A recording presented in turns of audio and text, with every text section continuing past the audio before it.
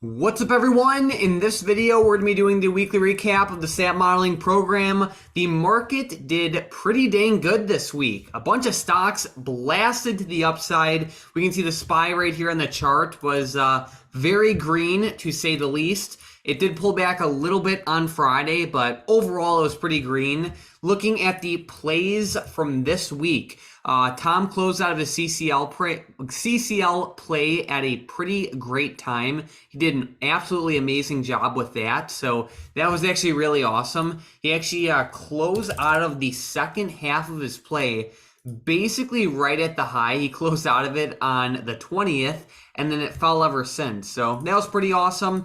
We still do have a couple other plays in the works. The Disney play is looking pretty good so far, as well as the Penn play, but they are not over until they're over. So once those close out, we will definitely get an update with those. But besides that, it's looking pretty good heading into next week.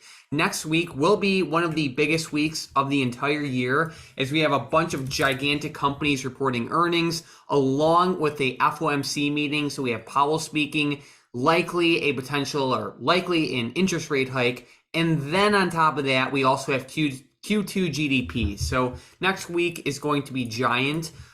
So with that being said, let's get into the bot plays from this week. It was a pretty good week overall.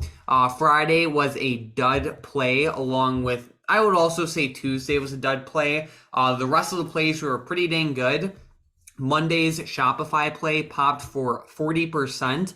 And then the play on Wednesday and Thursday popped for 23% and almost 30%. So that was pretty awesome. The bot did pretty good this week. Looking at the premium selling plays, they've been doing great as usual.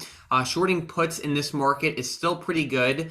The main reason for that is because implied volatility is still relatively high. So let's say we look at a company like, let's just say like Shopify. It's a pretty good example for the most part. If we look at like a max weekly of this stock, we can see how the blue line, which is implied volatility, fluctuates constantly. Basically, whenever you see the stock crashing, implied volatility goes up, which means options are more expensive and really they're overpriced.